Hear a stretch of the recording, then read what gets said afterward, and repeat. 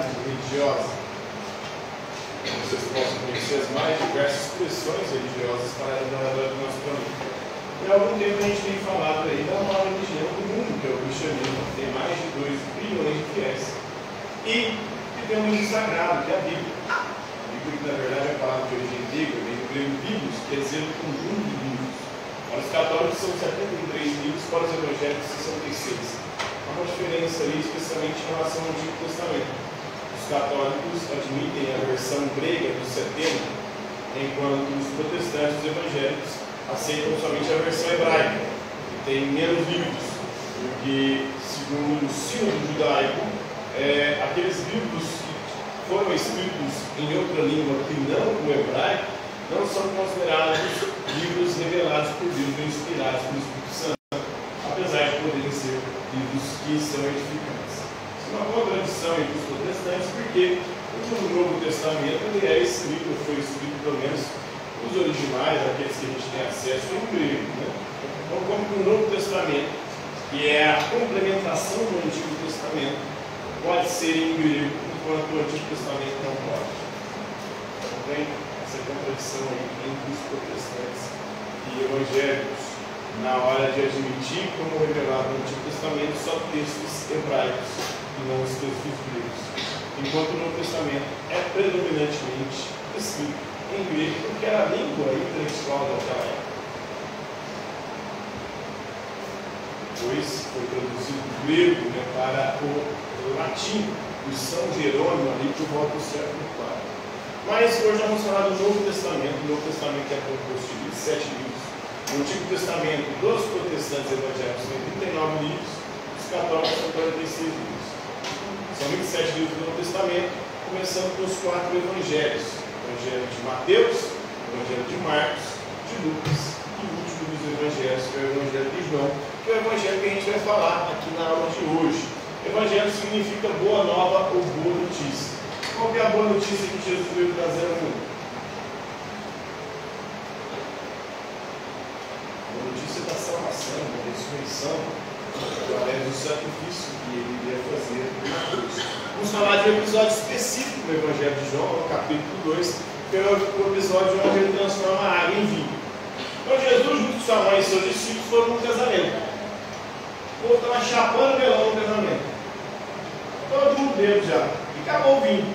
Isso seria uma grande vergonha para os noivos, para aqueles que estavam organizando a festa.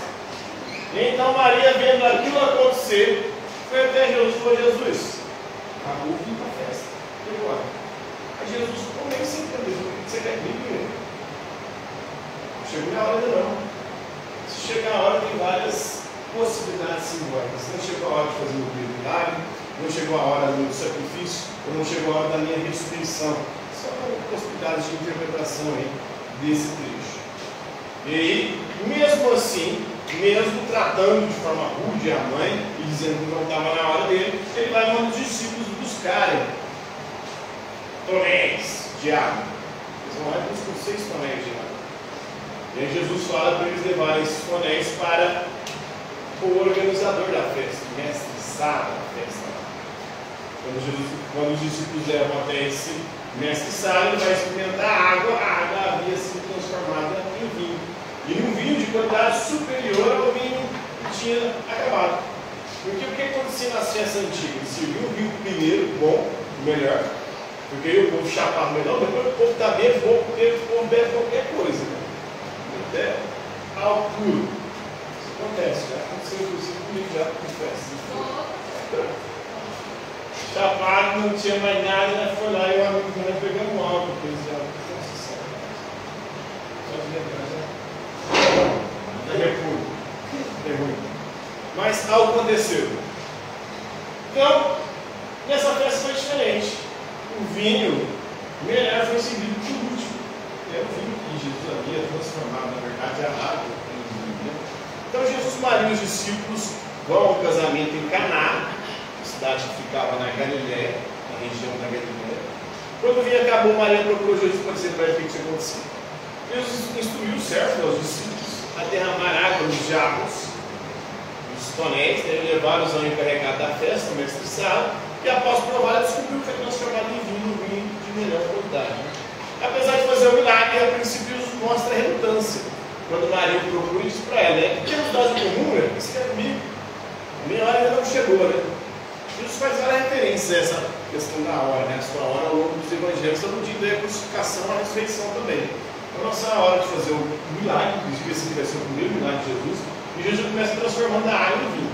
Então, a gente fala que Jesus proíbe as pessoas de beber, né? Na verdade, esse é o problema.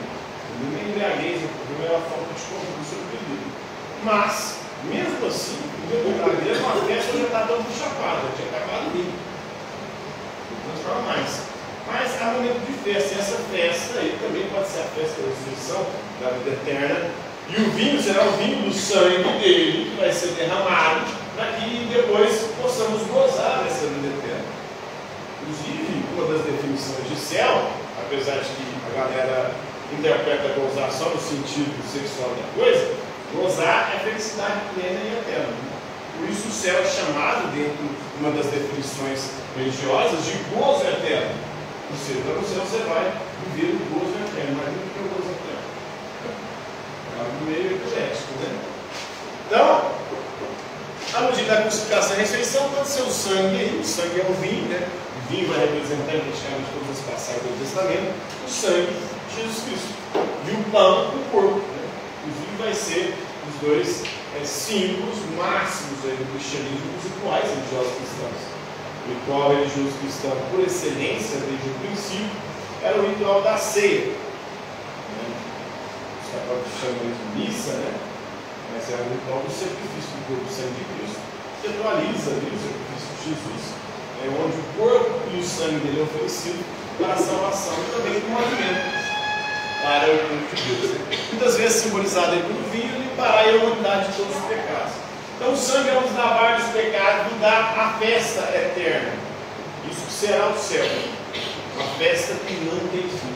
Igual esse casamento. Esse casamento estava acabando por conta da falta do vinho. O vinho é o que traz a alegria. Ao mesmo tempo que representa sangue, o vinho ali, por conta do álcool, ele traz alegria. O álcool deixa todo mundo alegre.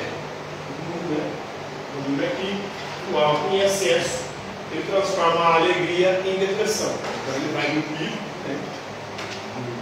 Um entusiasmo ali, depois começa, a partir do momento que você fica chapado demais, o processo depressivo. Por isso que muita gente pega e chora, né? E por isso que gente que está com desilusão amorosa bebe. Bebe para esquecer, esquece no começo, porque fica alegrinha ali. O problema é que no final ele fica depressivo, e ele começa a chorar e lembrar das merdas, da sofrência do relacionamento terminado.